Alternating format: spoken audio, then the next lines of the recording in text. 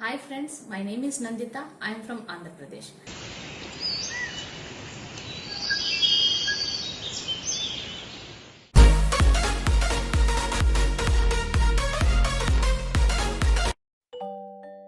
Good morning dear students. Today we are going to discuss about morphology of flowering plants from chapter 5 Biology plus 1. Children, the wide range in the structure of higher plants will never fail to fascinate us. Even though the angiosperm shows such a large diversity in external structure or morphology. They are all characterized by presence of roots, stems, leaves, flowers and fruits. In chapter 2 and 3 we talked about classification of plants based on morphological and other characteristics. For any successful attempt at classification and at understand any higher plants,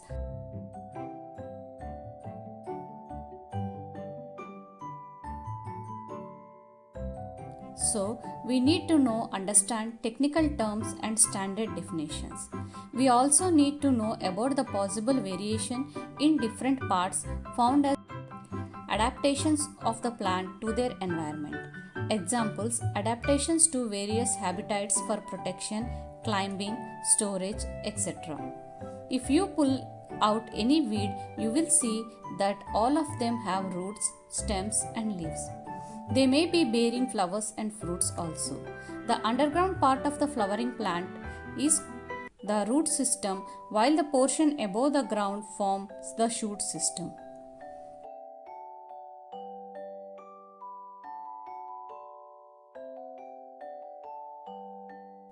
Catherine Issu was born in Ukraine in 1898. She studied agriculture in Russia and Germany and received her doctorate in 1931 in United States. She reported in her earlier publications that the cruelly top virus spread through a plant via the food conducting or phloem tissue.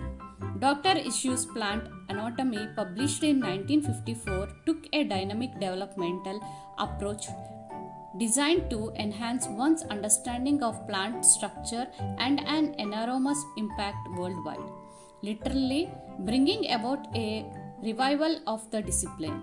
The Anatomy of Seed Plants by Catherine Issu was published in 1960. It was referred to as Webster's of Biology. It is an encyclopedia. In 1957, she was elected to the National Academy of Sciences, becoming the sixth woman to receive that honor. In addition to this prestigious award, she received the National Medal of Science from the President George Bush in 1989.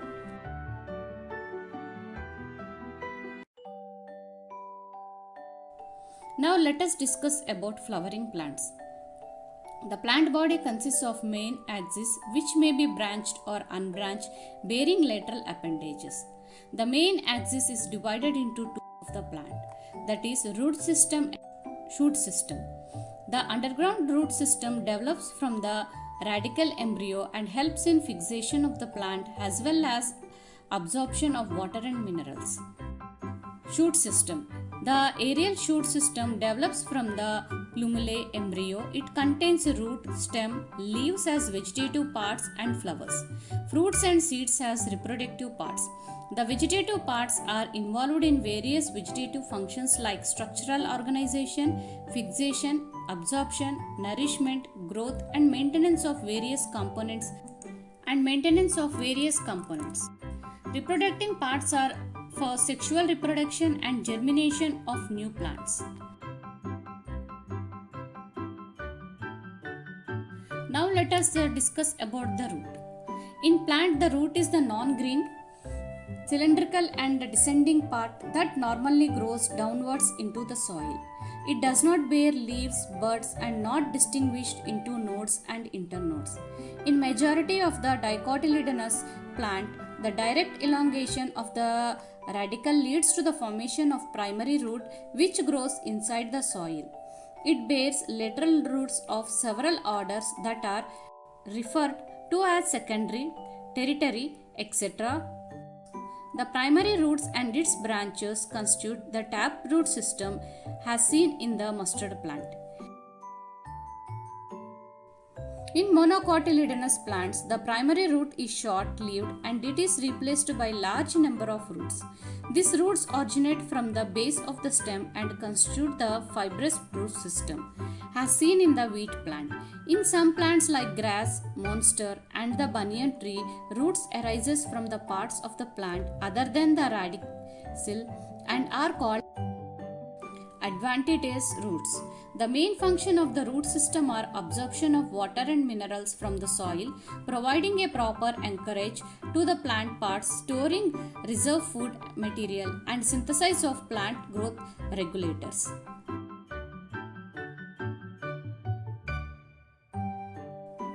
Let us discuss the reason of the root.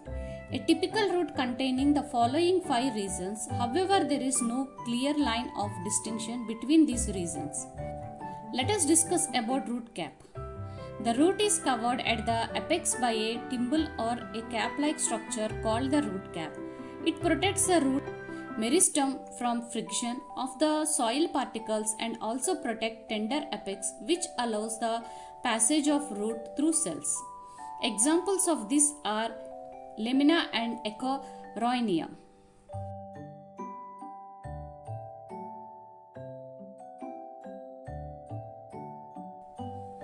The second one is growing point. It is also called meristematic zone. The growing point or meristematic zone is a small, means about 1 millimeter in length, thin walled region having dense protoplasm. It lies partially within the partly beyond the root cap. Its cell divided regularly and repeatedly for elongation. It is responsible for the growth of the root.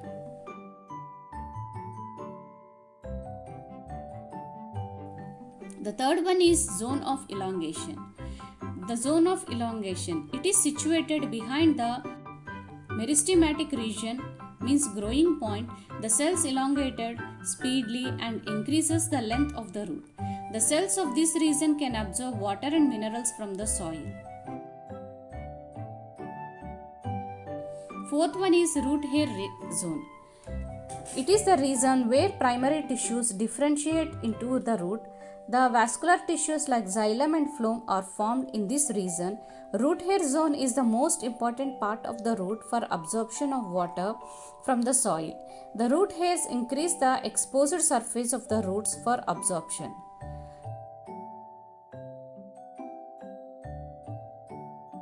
Zone of maturation. This zone contains mature cells. It forms the permanent zone of the root and also gives out lateral roots from the interior part of this region. Example, in dicots and gymnosperms, the roots of parasitic plants lack root caps. In aquatic plants, root hairs are usually absent.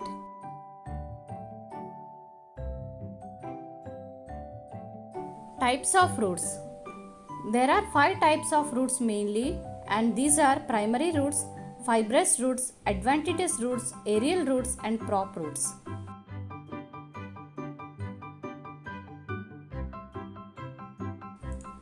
Examples of tap roots are conical roots, fusiform roots, napiform roots, tuber roots, nodulated roots.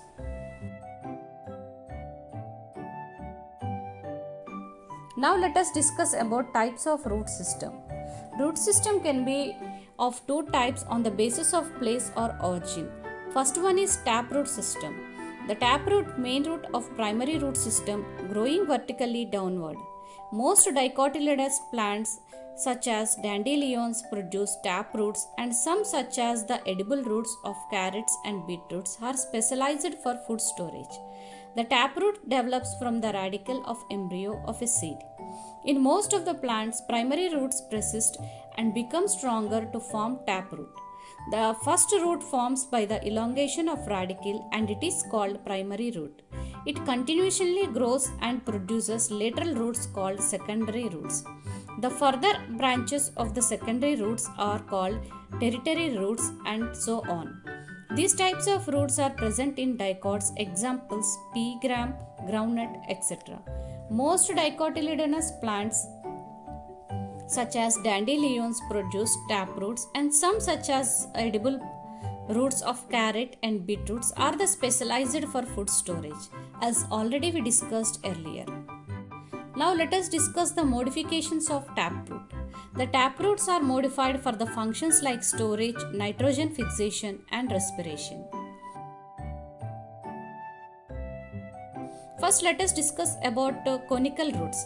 These are fleshy taproots that resemble a cone, means a broad at the base and gradually tapering towards the apex. Examples are carrot.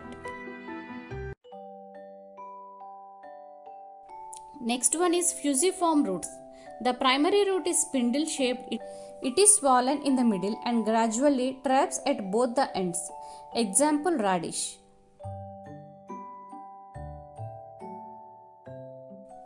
Napiform roots. The primary root system is almost spherical at the base and traps abruptly at the lower end. Example beetroot, turnip, etc.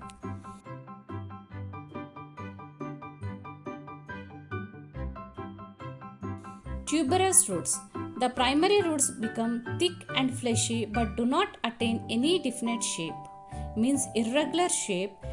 Examples are four-o'clock plant, Echinocytosis lobata, etc.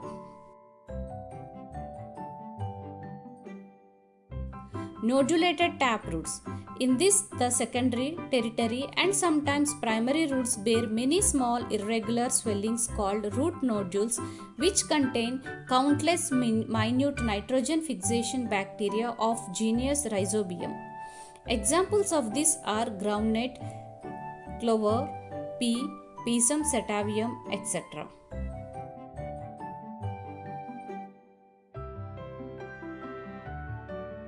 Now let us discuss about fibrous roots. There are underground roots which arises in a group from the nodes of an horizontal stem. The main roots are of equal length. They give off small branches. Both the main root and their branches are thin and thread-like structures. Therefore, they are called fibrous roots. The fibrous roots do not penetrate deep in the soil. They remain near the soil surface and are called surface feeders. Examples of these are wheat, rice, onion, etc.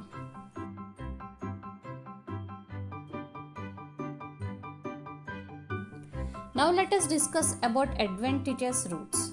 The roots developing from any part of the plant other than the radicle are known as adventitious roots. These are usually found in monocots. They branch like the taproot.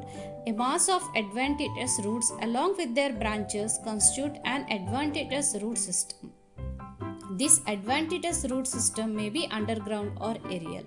They generally develop from stem nodes, internal nodes, leaves, etc.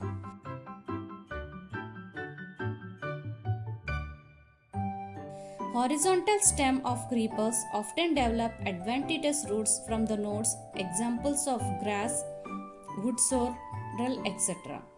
Branch cutting or leaf cutting, rose and sugarcane, etc. develop adventitious roots when placed in the soil. In coleus, the cutting develops adventitious roots on being partially immersed in water.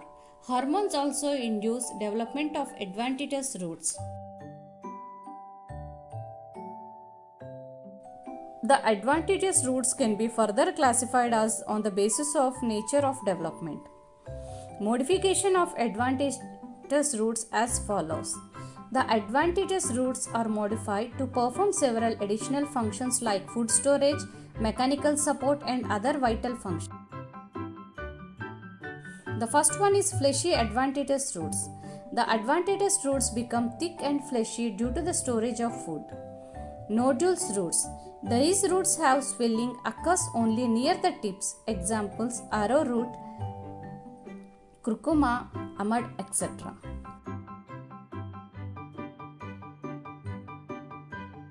Tuberous roots or single root tubers. These are swollen without any definite shape.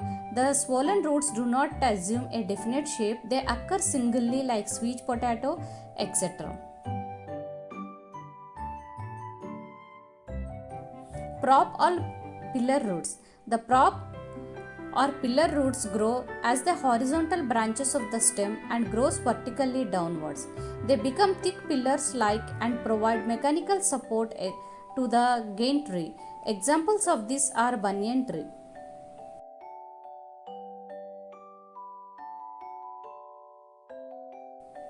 Slit roots. These are small, thick, supporting roots growing obliquely from the basal nodes of the main stem.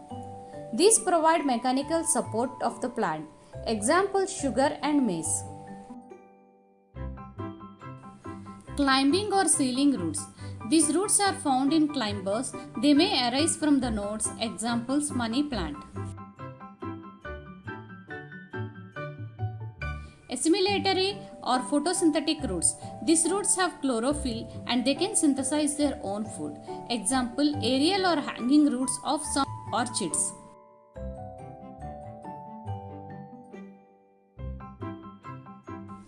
Parasitic or sucking roots. These roots occur in parasitic plants for absorbing nourishment from their host. These roots functions as hostoria. Example: cuscuta.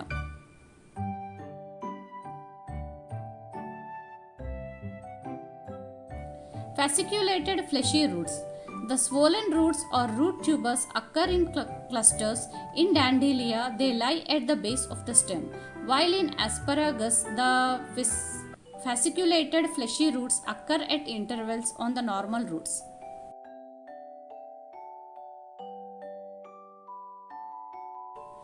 Palmate roots. The fleshy roots are thickened like the palm of human hand. They similarly possess finger-like outgrowths. Example: orchis.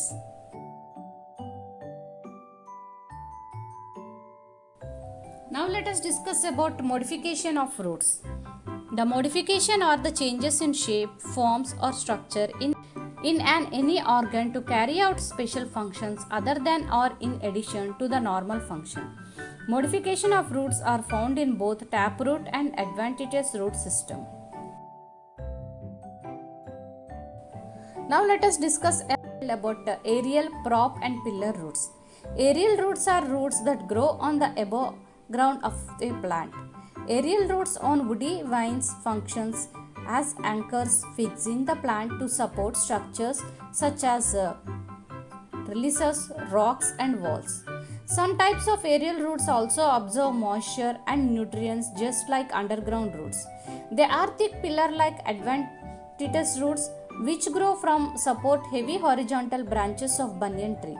Initially, the roots are aerial and hygroscopic. They become red in the moistened state. Root caps are present at their tips. Now let us discuss about the functions of roots. The major function of roots are as follows. Fixation roots. These roots provides fixation to the plant with soil. Absorption roots. Absorption roots absorb water and minerals from the soil and provide it to all parts of the body. Roots of many plants store food for the usage of other plant parts and for animals. Aeration. Plants grow in waterlogged soil or marshy areas have special roots, that is pneumatospores, for respiration. Conduction roots. These roots transport water and minerals in upward direction for the uses of stem and leaves. Let us discuss the facts about roots. A specimen of Bossia albiturnica means shepherd tree in South Africa was found to have roots extending downwards to a distance of 223 feet, but there are probably deeper one out there. Some roots go very deep into the ground. One root that was found in Arizona, USA was 60 meters below the surface. Some plants propagated through their roots and are commonly described as having running roots called stolons, and rhizomes travel underground laterally and send up a new shoots.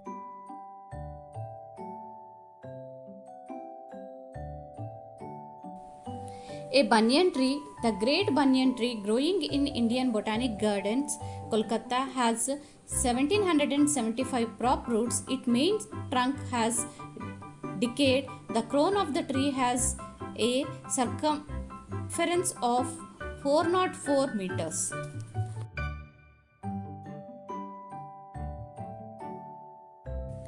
Now let us discuss about the stem. The stem is the ascending part of the axis bearing branches, leaves, flowers and fruits. It develops from the plumule of the embryo of a germinating seed.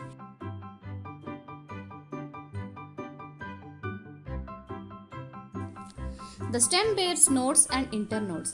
The region of the stem where the leaves were born are called as nodes, while internodes are the portions between two nodes.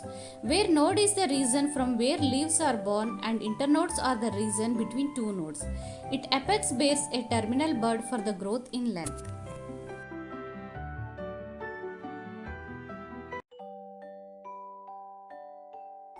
A bud can be defined as a condensed embryonic shoot that has a growing point surrounding by closely packed immature leaves. When bud grows, the internodes becomes longer and the leaves spread out, resulting in the formation of a young shoot. The stem bears buds which may be terminal or axillary. Stem is generally green when young and later often become woody dark brown.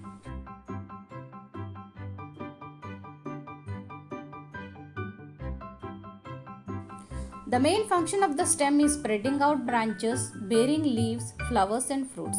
It conducts water and minerals and photosynthesis. Some stems perform the function of storage of food, support, protection of vegetative propagation.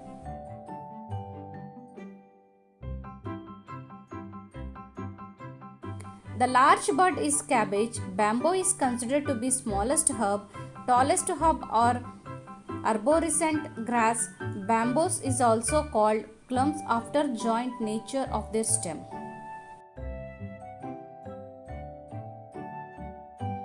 Now let us discuss the forms of stem. Stem may be aerial, subaerial and underground. In most of the plants, stems grow above the soil. These are aerial stems. The aerial stems of some plants trail or creep on the ground. They are called subaerial stems. In some plants, the stem grows in the soil and are called underground stem. Now let us discuss about aerial stem. The aerial stems have two forms, that is reduced stem and erect stem. Let us discuss about reduced stem. A reduced stem is reduced like a small disc. The nodes and internodes are not distinguished. Example: carrot, radish, turnip, etc. In some aquatic plants, the reduced discoid stem is green and flattened to float on the surface of water. It does not bear leaves. Example: Lemna, Wolffia, Spirodella, etc. In underground structures, also a reduced and non-green stem is found. Example: garlic, onion and lily.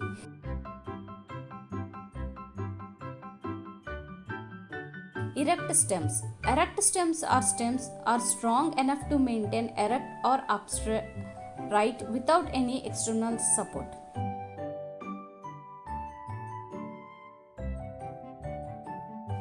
Now let us discuss about subaerial stem. In subaerial stem, some parts live underground, whereas the remaining part of the stem is aerial. The subaerial stem are also divided into two forms, like upright weak stems. These stems are weak, which climb up a support to expose their foliage and reproductive part. These are two types of, again, they are twinners and climbers.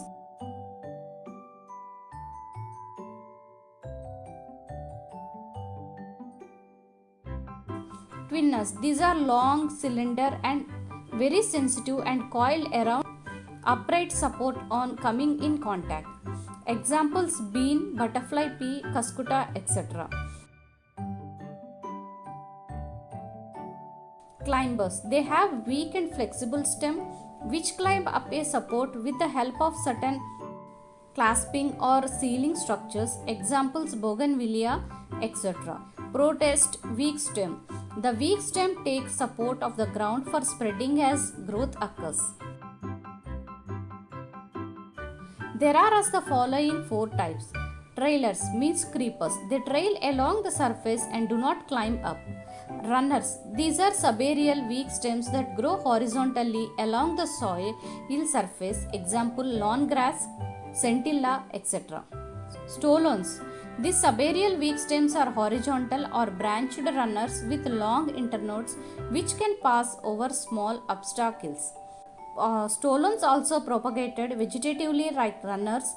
Examples of these are jasmines, peppermint, strawberry, etc. Let us discuss about underground stems. And the stem of some plants lie below the soil surface. They are non-greens, stored food as mean for perennation and vegetative propagation. There are as follows. Rhizome. Rhizome, it is the protest thick stem growing horizontally beneath the soil surface. It has distinctive nodes and internodes. The nodes bear small scales, leaves with buds in their axil. Example, ginger, turmeric, etc.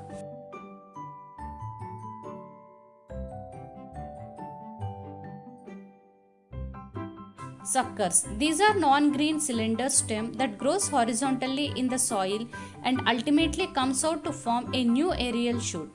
Each sucker contains one or more nodes with scale leaves and axillary buds. Examples pudina, chrysanthemum, etc. Chrome. Chrome. It is a swollen, condensed form of rhizome which grows in the vertical direction in the soil. It stores a large amount of food. Examples chrome, Amorphophallus, Colocasia, etc.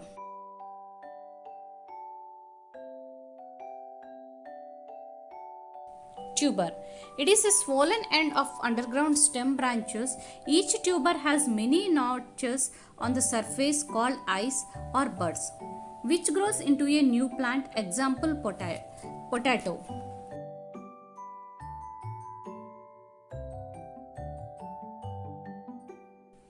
Bulb. Bulb is a highly reduced disc-like stem. It bears a large number of fibrous adventitious roots and at its base. Leaf bases forms bulblets. These bulblets grow into a new plants. Examples of Allium cepa, onion, Allium setavium, garlic.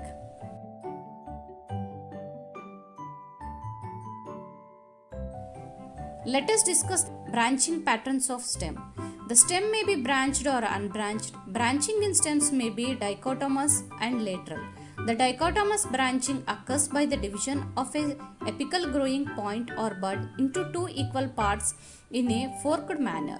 It occurs in lower plants like cryptogamms, non-flowering plants, higher plants like plum, screw pine, etc. The lateral branching occurs from the axillary buds at the nodes. Examples pinus and grapevine, etc.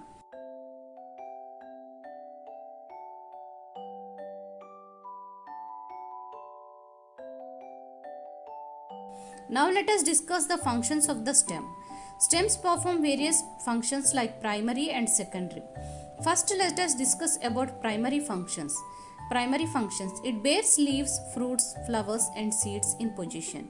It conducts water and minerals to roots, leaves, flowers, fruits, etc. It holds flower in a suitable position so that the pollination and fertilization takes place.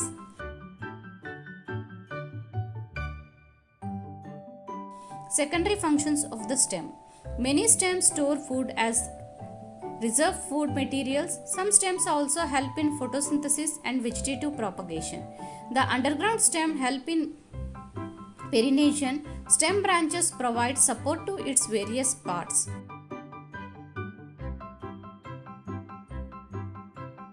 Let us discuss the modification of stem. The various forms of aerial stems modifications are as follows.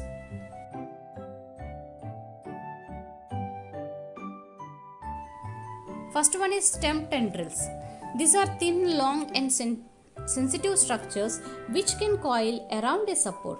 Tendrils can be of following types on the basis of their origin axillary and arises from axillary buds. Examples of this are passion flower, scientific name is passiflora. Extra axillary are developed near the axillary buds like pumpkin, etc. Apical buds are modified to form tendrils. Examples in Vitis vinifera. Buds are modified to form tendrils. Examples Antigonon.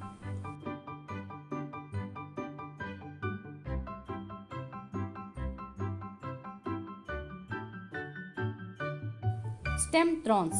The stem thorns are stiff, woody, sharp, and pointed. They develop from axillary bud. They protect the plants from browsing animals, etc. Examples of these are citrus, durantha, bougainvillea, pomegranate, etc.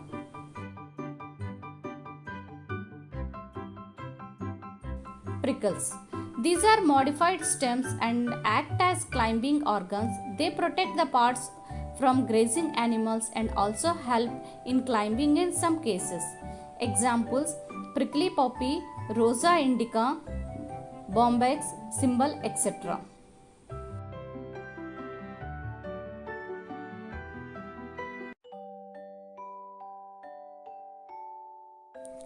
Now let us discuss about phylloclade. These are green flattened structures bearing several nodes and internodes. The true leaves are reduced to spines or scales. They show unlimited growth. Some phylloclades are also store food and water. The phylloclades are examples of some xerophytic plants like Opuntia, Cascorenia, Euphorbia, etc. These are green photosynthetic stem, generally one internode along is present. These develop by the modification of only one stem branches of limited growth and green photosynthetic material.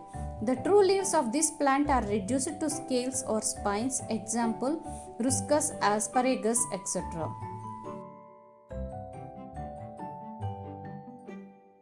Now let us discuss about bulbils. These are modified vegetative or floral buds arising in the axil of scale or foliage leaves. This bulbil helps in vegetative propagation. Examples of Lilium aviga, Dioscorea, William, Oxalasis, etc.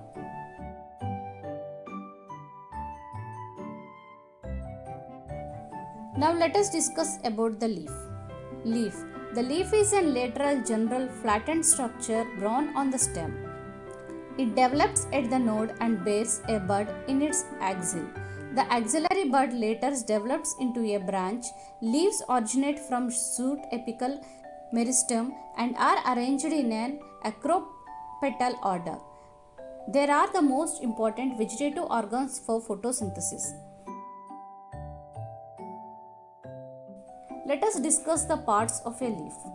The leaf is attached to the stem by leaf base and may bear two lateral small leaf-like structures called stipules. A typical leaf has mainly three parts, that is leaf base, petiole, lamina and venation.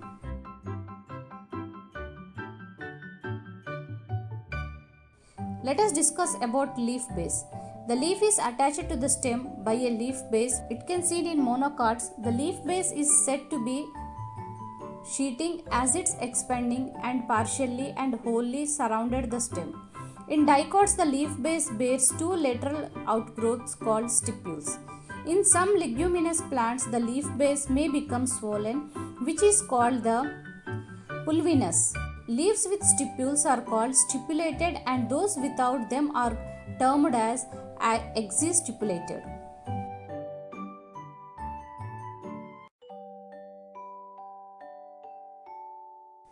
Petiole. Petiole is also called mesopodium.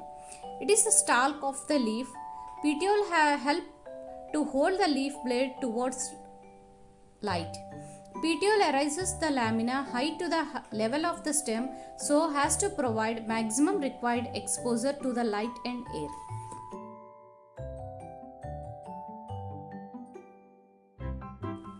Lamina. It is also called as epipodium. The lamina or leaf blade is the green, expanded part of the leaf with veins and veinlets. It has a permanent median vein called the midrib. It protects the thinner lateral veins which in turn branch to form veinlets. The lamina is the set of photosynthesis, gaseous exchange, transpiration and other metabolic activities. The shape of margin, apex surface and extent of invasion of lamina varies in different leaves.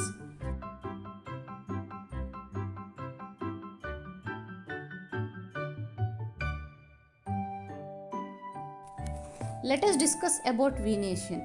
The arrangement of veins in veinlets in a lamina of a leaf is called venation.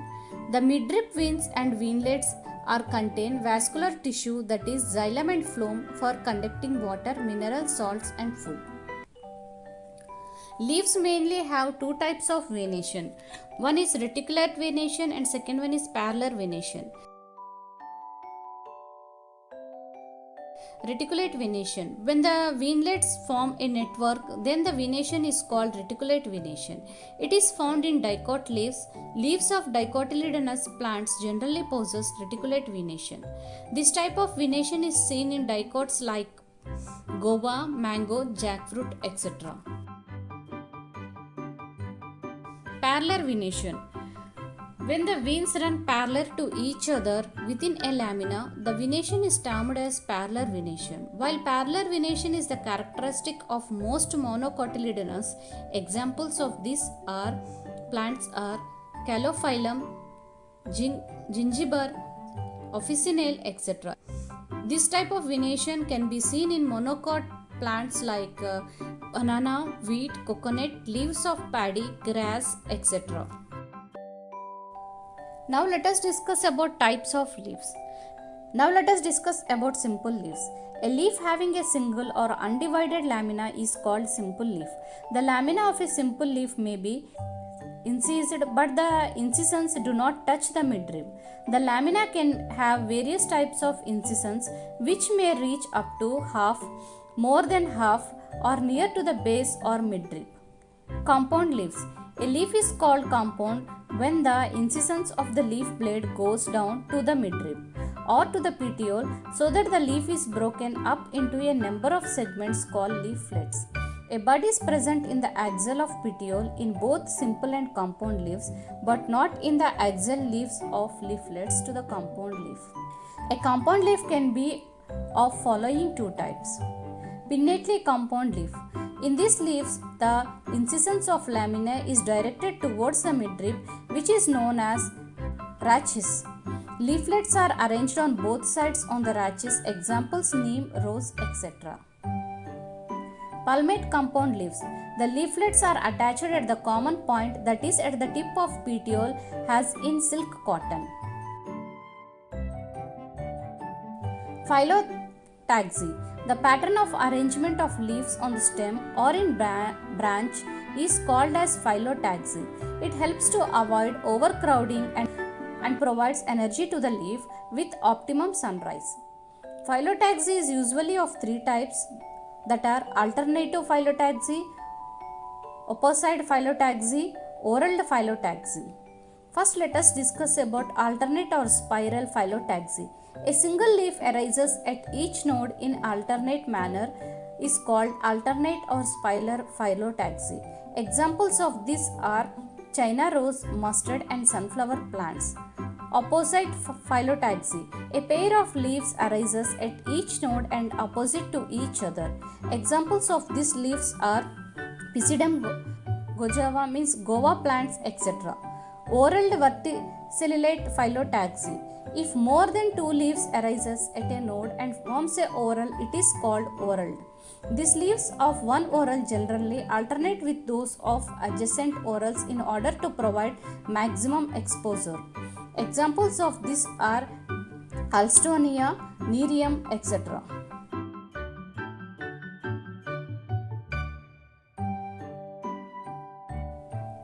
Let us discuss the modification of leaves.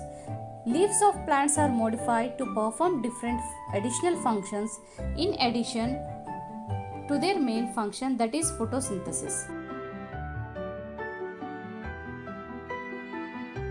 Leaf tendrils. These are thread-like sensitive structures which can coil around a support to help the plant in climbing. Examples: wild plant, sweet pea, glory lily, etc.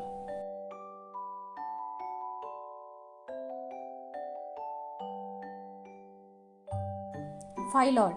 It is a green, short-leaved and flattened petiole or rachis of a leaf which performs the function of photosynthesis. Examples: Australian Acacia phyllodes develop usually vertical and possess fewer stomata, hence reduced transpiration. Bladder.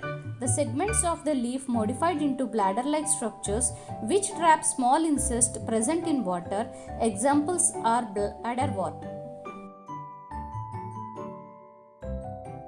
Picture. It is a petiole modified into tendril to hold the picture upright. The leaf base is expanded to carry out photosynthesis. The leaf apex is modified into a lid. Example: Nepenthes, Decidia, etc.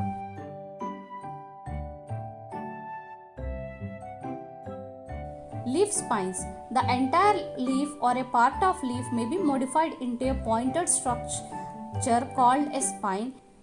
Examples we can see in Opuntia plant.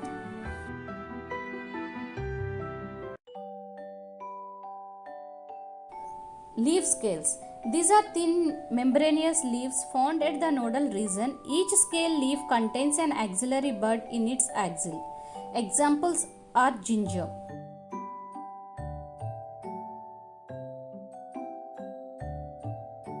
Now let us discuss the functions of leaves. Leaves may have many primary and secondary functions. First, let us discuss about primary functions. The most important function of leaves is photosynthesis with the help of sunlight and carbon dioxide. Leaves contain stomata through which gases exchange occurs, and leaves are the site of transpiration. Leaves protect the axillary and terminal bud from mechanical injuries and desiccation. These are some of the primary functions of the leaf.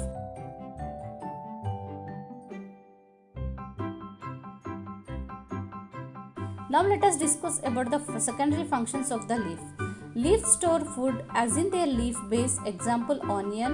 Leaves exchange into phyllodes to protect against transpiration. Storage of water in the cells of some succulent plants. Example: aloe. In Salvinia, one of each node is changed into roots that act as balancer for floating. In some leaves like Euphorbia, the young leaves are brightly colored to attract insects for pollination.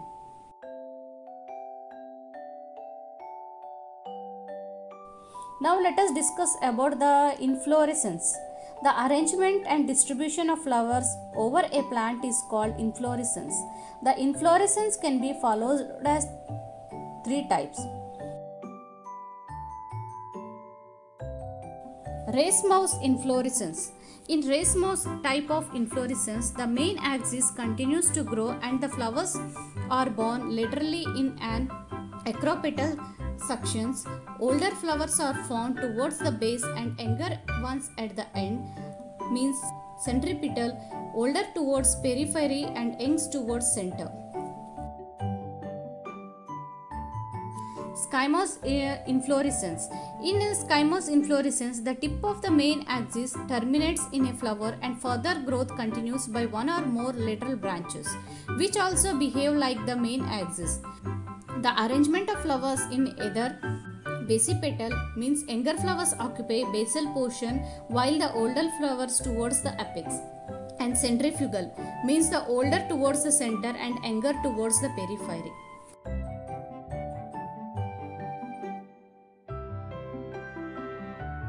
Special inflorescence. It mainly involves highly modified and densely crowded inflorescence. The special type of inflorescence can be divided into following types. Cathium. It is highly reduced and it is cup-shaped involucre of 5 bracts having nectariferous glands. A single large female flower is present in the center of the cup and Scopioid male flower surrounded this female flower. Every male flower is represented by a single stalk stamen brown in the axil of a scaly bract. Examples of this are Euphorbia. Verticillester. These are two clusters, each having 3 to 9 flowers that develop on a node in the axil of opposite leaves. Examples of these are basil.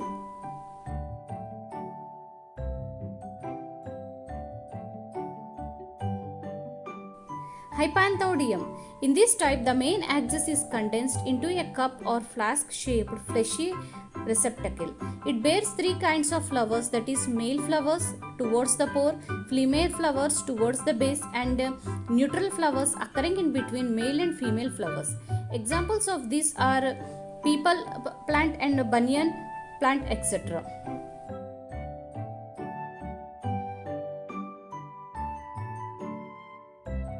Now let us discuss about flower. Flower.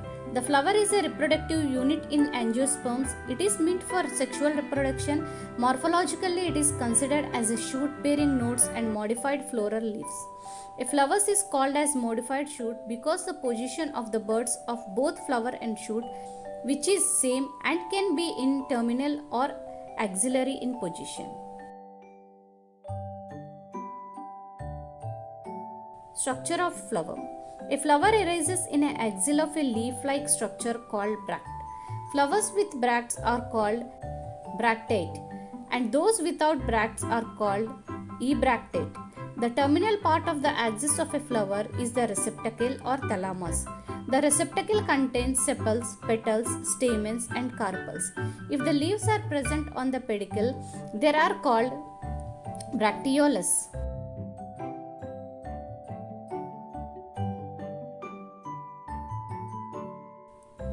Now let us discuss the parts of a flower. A typical flower consists of four distinctive parts, that are calyx, corolla, androecium and the gynoecium. The calyx or corolla are accessory parts and the androecium and gynoecium are the essential parts.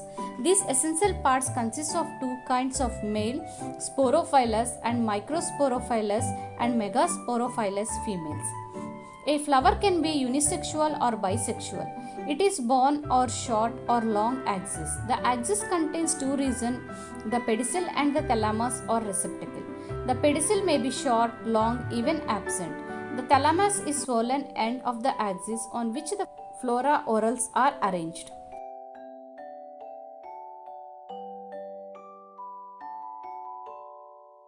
Let us discuss the different parts of the flowers and are given below.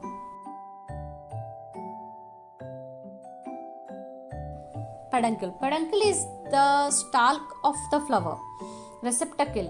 Receptacle is the part of a flower which the stalk is attached to. It is small and found at the center of the base of the flower.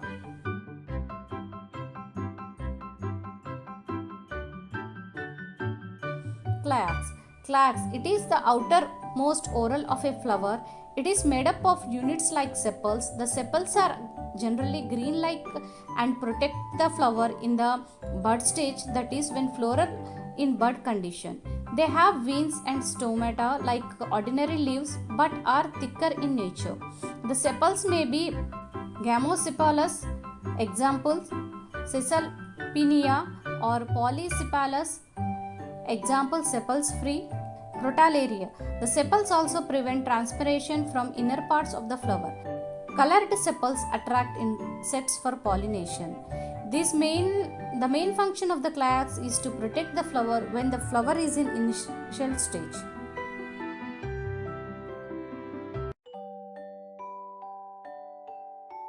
Corolla. Corolla. It is composed of petals. The petals are usually brightly colored to attract insects for pollination.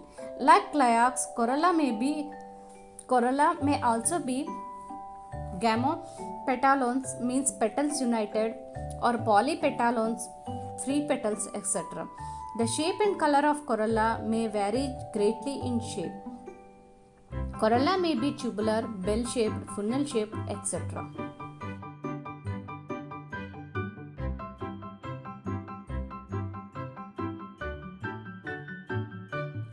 Let us discuss about estivation.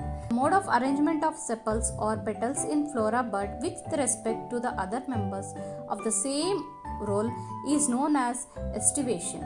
This estivation pattern is important in classification of plants. It has the following type.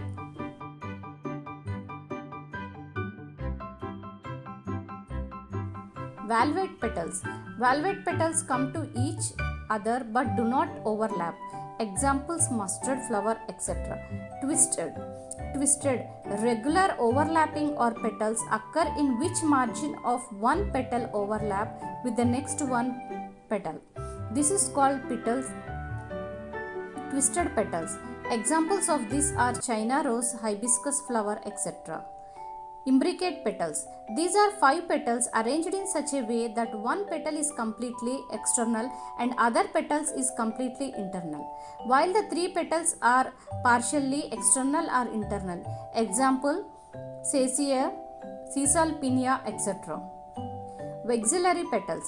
When the large petals overlaps the 2 lateral petals, which in turn overlap the 2 smallest anterior petals, then the investigation is called as vexillary petals or papilionoecious.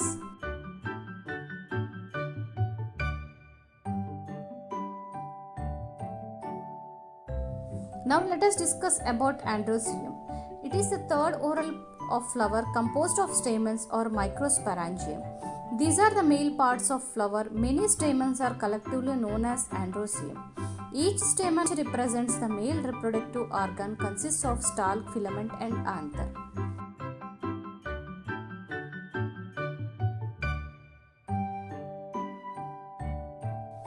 Filament. The part that is long and cylinder and attached to the anther of the flower.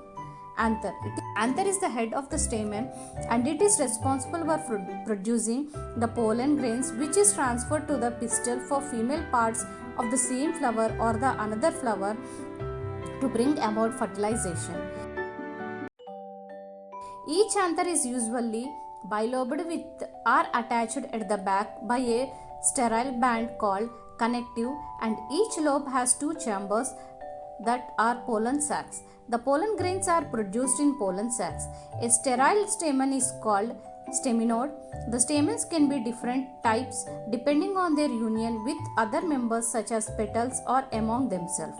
Stamens are generally divided into the following groups.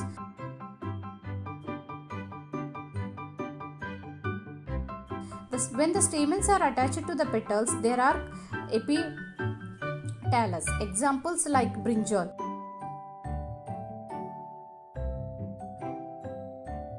When the stamens are attached to the perineum, this condition is called epiphylosis. Example, lily. The stamens in a flower may either remain free, and these are called as polyandrous, or may be united in varying degrees.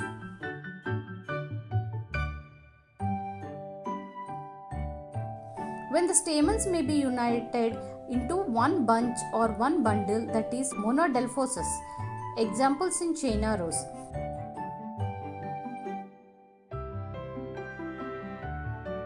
It may be 2 bundles, that is Dadylophus as in pea, or into more than 2 bundles in citrus. Now let us discuss about gynoecium. The gynoecium is the female reproductive part of the flower and it is made up of 1 or more carpels or megasporangium. The megaspores are produced within the megasporangium. A carpel consists of 3 parts, that is stigma, style and ovary.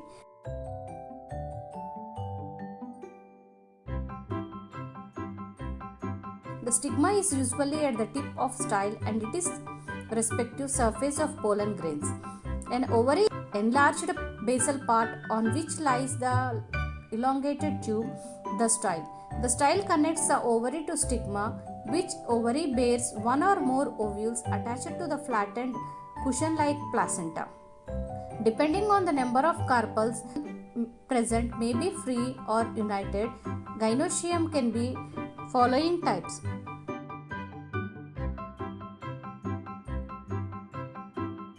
Apocarpus gynoecium. When one or more carpel is present, they may be free or called apocarpus. Example, lotus or rose.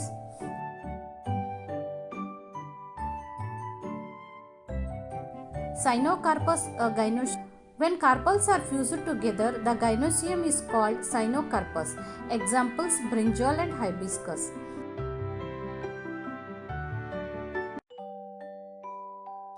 The cavity enclosed by the ovary wall is called locule. The number of locules in the ovary correspondent to the number of carpels in the gynoecium, that is unilocular. Examples, P. Biloculars means two locules. Examples we can see in potato flower. Trilocular examples we can see in ricinus flower. And many loculars we can see orange and lemon. The arrangement of ovules within the ovary is known as placentation. The placentation is a tissue which develops along the inner wall of the ovary. The ovules or ovary remains attached to the placenta. Placentation can be described as the following types: marginal placentation, axial placentation, parietal placentation, free central placentation, basal placentation. Marginal placentation. The placenta forms a ride along with the ventral structure of the ovary, and the ovules are born on this ride, forming two rows is called marginal placentation. Examples, P. Axial placentation. When the placenta is axial and the ovules are attached to it in a multilocular ovary, the placenta is called axial placentation. And we can see this type of placentation in China rose, tomato flower and lemon flower, etc. Parietal placentation. When the ovules develops on the inner wall of the ovary on peripheral part, it is called parietal placentation. Ovary is one chambered, but it becomes two chambers due to the formation of false septum. Examples we can see in mustard plants and argemony.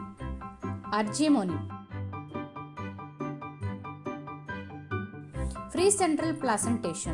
When the ovules are born on central axis and the septa are absent, the placentation is called free central placentation. Example we can see in dianthus and primrose flowers, etc. Basal placentation. In this type, the placenta develops at the base of ovary and a single ovule is attached to it, as in sunflower, marigold, etc. The placenta develops directly on the thalamus.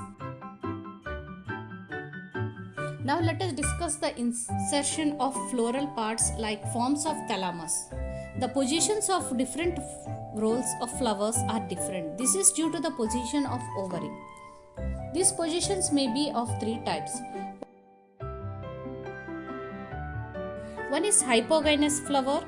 In these flowers, the thalamus is conical, dome-shaped or flat. The ovary is present at the top of thalamus. The stamen, petals and sepals are separate and successfully inserted below the ovary. The ovary is superior, whereas the rest of the structures are inferior. Examples of these are hibiscus, petunia, etc.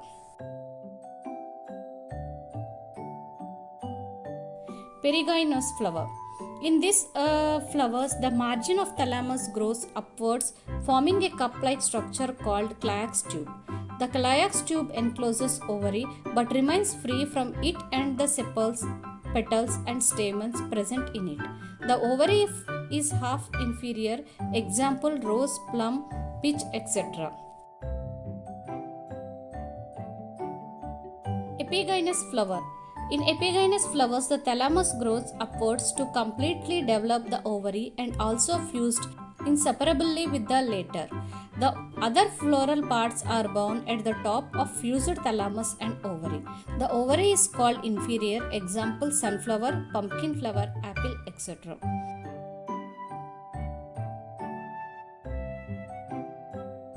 Now let us discuss the number of floral parts. When the floral appendages are in the multiple of 3, 4 or 5, the flower is considered as trimerous tetramerous, pentamerous respectively. Dicotyledonous flowers are usually the tetrameras, pentameras, while the monocotyledous are flowers comes under trimeras.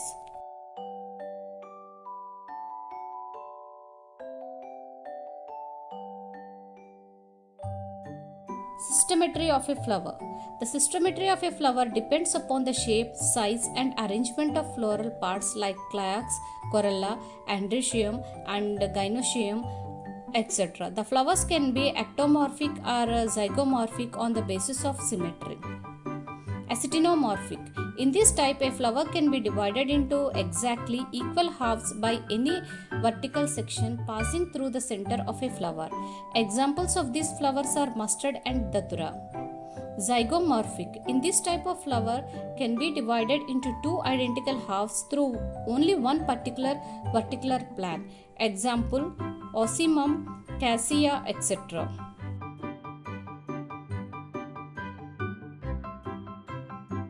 Now let us discuss about fruit.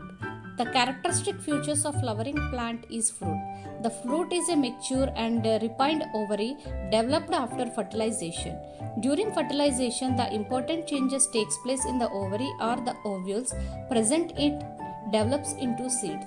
The wall of ovary thickens and ripens into pericarp, that is called a fruit wall. Fruits. Fruits developed from the fertilized ovary is called true fruits. A true fruit has two parts, pericarp and the seeds. Fruits developed from any part of the flower along with ovary is called false fruit.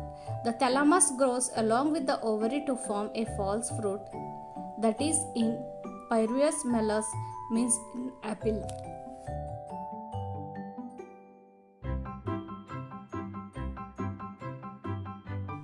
The fruit of mango and coconut are also known as a drupe, as it developed from monocarpellary superior ovaries and have only one seed. The ovary after these changes is known as fruit.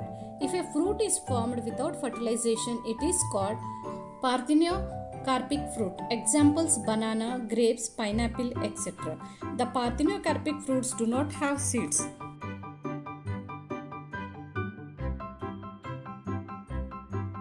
The fruit consists of walls or pericarps and seeds. The pericarp may be dry or fleshy. When pericarp is thick and fleshy, it is differentiated into outer epipericarp, in the middle mesopericarp, and the inner endopericarp.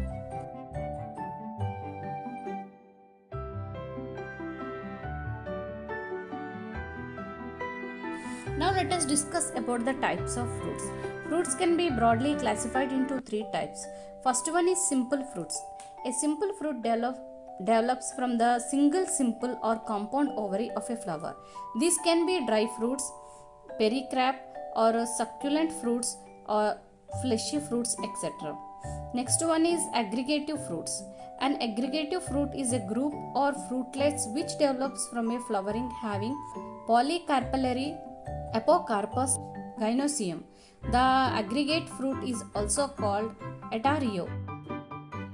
Multiple fruits. A composite means multiple fruits from an entire inflorescence. The multiple fruit is composed of a number of closely associated fruits along with its peduncle.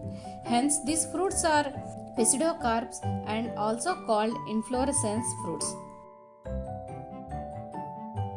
Pomology is the branch of horticulture that deals with the study of fruits and their cultivation. Edible parts of some common fruits as we discussed below.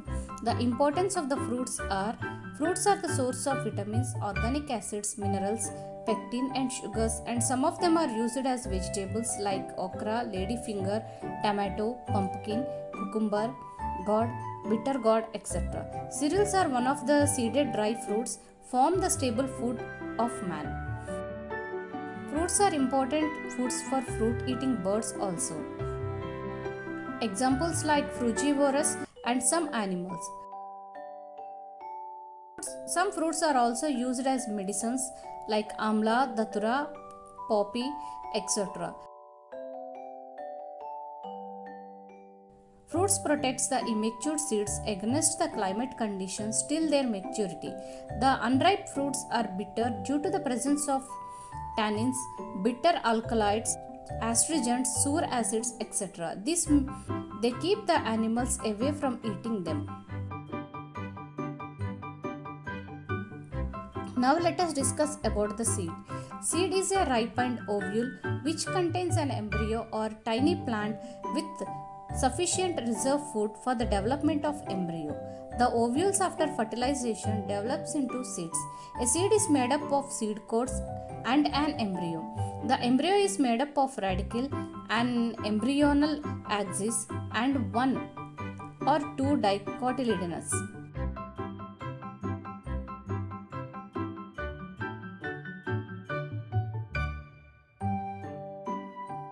Types of seeds. Seeds can be divided into two types based on the number of cotyledons, presence or absence of endosperm, that is dicotyledonous seed and monocotyledonous seeds.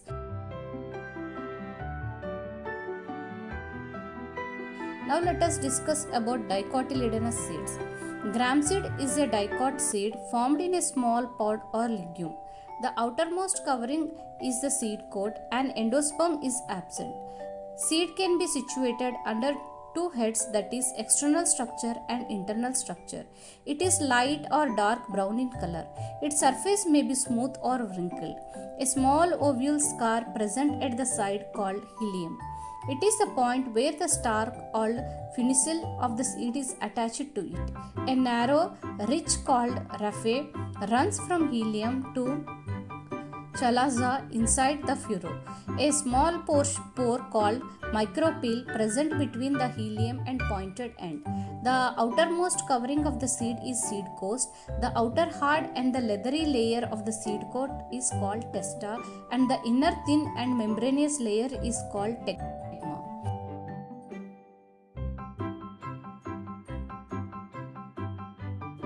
In some seeds, the tegma and testa are fused. The seed coat encloses the which is differentiated into the radicle, a plumule and cotyledonous. The radicle develops into root and the plumule into shoot, and cotyledonous may be one or two to serve as reserve food. Hypocotyly is a part present between point of attachment of cotyledon and radicle.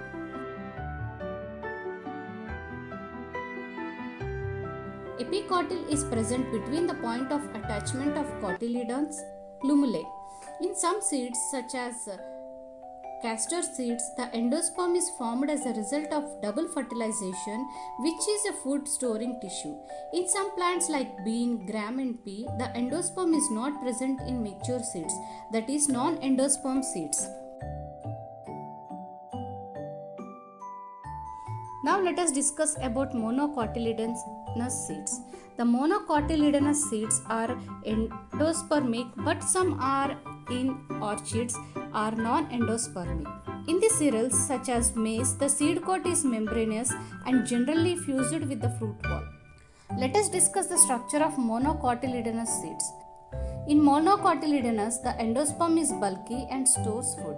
The outer covering of endosperm separates the embryo by proteinous layer called alurone layer. The embryo is small and situated in a groove at one end of the endosperm. It consists of one large shield-shaped cotyledon known as scutellum and a short axis with a plumule and a radicule.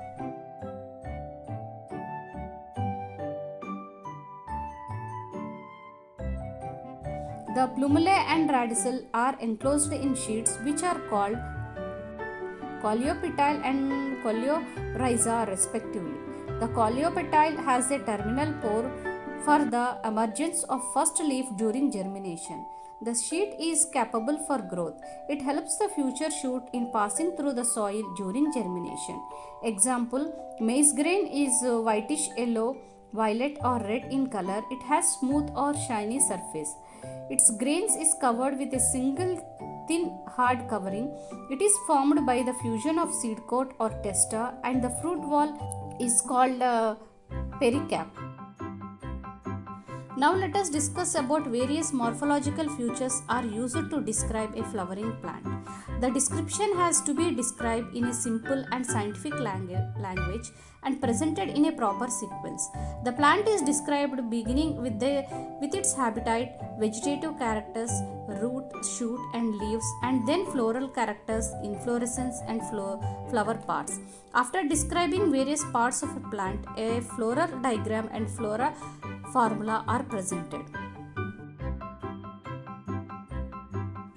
Now first let us discuss about family Fabaceae. This family was earlier called Papilioideaceae. The subfamily of family Leguminosae. It is distributed all over the world. It has system position. The distribution the family includes 600 genera and 13,000 species. It is distributed all over the world except the Arctic regions. Habitat of this family, Fabaceae family is the plants are mostly herbs. However, shrubs, trees and climbers are also common. Let us discuss the vegetative characteristics of this family. Fabaceae are taproot is present with lateral branches. The lateral branches are mostly contained bacterial nodules with ribosome bacteria which fix the atmospheric nitrogen. Stems are herbaceous or woody or branched, erected or climbing. Leaves are alternative, pinnately, compound or simple or leaf base like pulvinate and stipulate or venation or reticulate. Floral characters of this family are inflorescence we can see in racemose, flower is bisexual or zygomorphic, and cliax is present with sepals, 5 sepals, gamocephalous, imbricate, aestivation, etc. Corolla is presented with 5 petals, polypetals consisting of posterior standard 2 lateral wings, 2 anterior ones forming a keel enclosing stamens and pistil, axillary aestivation. Androecium, 10 diadelphous anther diticus. Gynoecium, ovary is superior, monocarpellary, unilocular with many ovules, style single. Fruit, legume, seed, 1 to many non-endomorphic fruits is present. Economic importance of these examples are plants belonging to this family, and the importance of the following are pulses and vegetables. The family is important sources of pulses and vegetables. The pulses are rich in proteins like grams, pea gram, field bean, cluster bean, lima bean, lentil, soya bean, etc. Edible oils are obtained from the seeds of hypogaea, groundnut, soya beans. Vegetable ghee is prepared by using the oils after hydrogenation. Timbers, Indian rosewood and Indian redwood are important timbers yielding trees of this family. Indigo, dyes are used in indigo. Flame of the forest is used to produce red dye used as an astringent. Foders, a plant like barseem and estiva are example field foders for the cattle. Fibers, sun hemp is used to produce fibers. Some common ornamental plants are sweet pea, butterfly pea, etc. are common for ornament plants. Jewelry or weights, the seeds of rati are used weighed by jewelers. Medicinal plants, the flowers of Trifolium pratense are used in whooping cough. The gum of bark is used for treating dysentery and diarrhea. There are several other examples of this family as used as medicinal plants. Now let us discuss about family Solanaceae. Solanaceae, it is a large family commonly called as potato family. It is widely distributed in tropics, subtropics and even temperate zones. And it consists of systematic position, and the distribution of this family is represented by 90 genera and 2800 species distributed in both tropical and temperate regions. Habitat, we can see annual and perennial habitat like in shrubs, herbs and rarely softwood trees. Vegetative characteristics of this family are roots are usually tap roots, stems are herbaceous, woody or hair or prickles often present. Sometimes underground stems are also present like tubers, Solanum tuberosum. In vegetative parts, alternative or floral region opposite leaves are present. Simple and rarely pinnately compound leaves are also present as in potato and tomato. Floral characteristics of this family are inflorescence is solitary, axillary or cymose as in solarium, and flowers are bisexual, actinomorphic, bracteate, pedicellate and pentamorous and hypogynous, etc. Cliax. Sepals are 5 united. Valuate estivation is present, usually persist as in brinjal, tomato and chili, etc. Corolla. Petals are 5 united. Valuate estivation is present. Rotate or tubular form is occurs. Rarely in funnel shaped form it can represent. Androecium. Androecium consists of 5 stamens, epithallus alternating with petals inserting in corolla tube. Filaments are usually of unequal lengths. Anthers are by thickest. Gynoecium.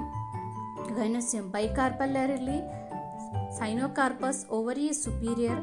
Bilocular. Placenta is swollen with many ovules. Fruits are berry or corpuscle. Seeds are endospermic or embryo striated are present.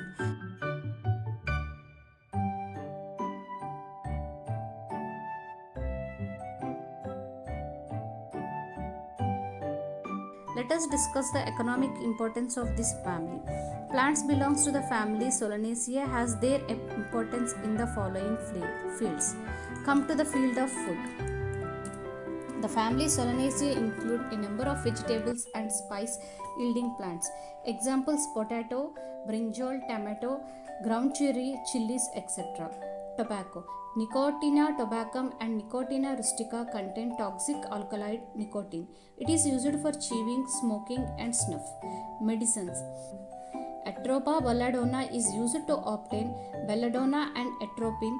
Belladonna is used for relieving pain and treating cough.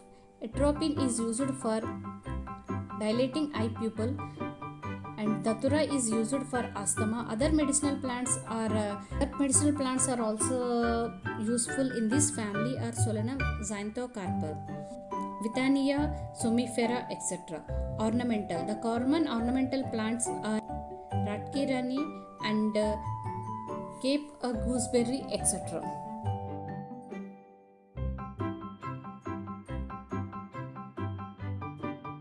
Now let us discuss the family Liliaceae. In family Liliaceae, systematic position is occurs. The family Liliaceae includes about 250 genera and 3,700 species, showing around worldwide distribution. About 200 species are available in India. Habitat of this family is usually perennial herbs perinating by underground rhizomes, chromes, bulbs. Rarely shrubs or climbers can be seen in Gloriosa, etc.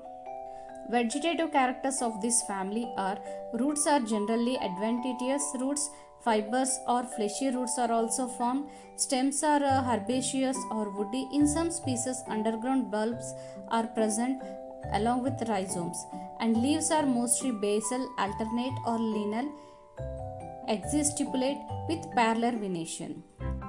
Floral characters of this family are inflorescence is mostly racemose, sometimes chymose or rarely solitary. Flowers are bracteate, pedicellate and actinomorphic, incomplete with bisexual, trimerous and scypogynous. Pinnate. The typical 6-3 often united into tube valuate destination is present. Polyandrous and opposite to petals. Sometimes epiphyllous may be also occurs. Gynoecium. In Gynoecium, tricarpellary, Cynocarpus, tricular with many ovules, Axial placentation occurs, rarely unilocular with peritoneal placentation forms. Ovary is superior, style is simple with 3-lobed stigma. Fruit. A located capsule or rarely bare fruit can be seen in this family. Seeds. Seeds are endodermic, embryo is curved or straight.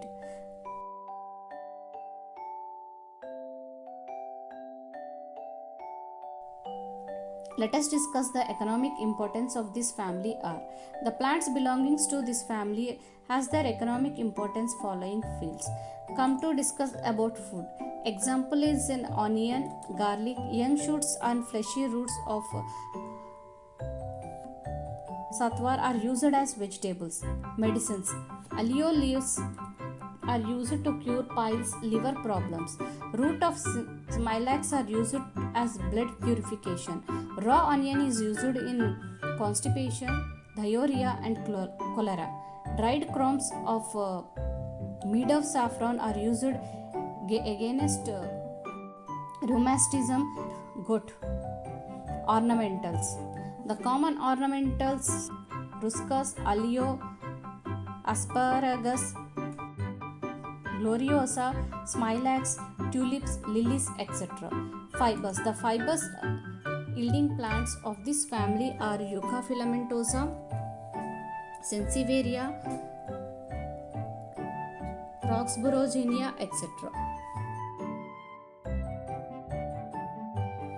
Thank you.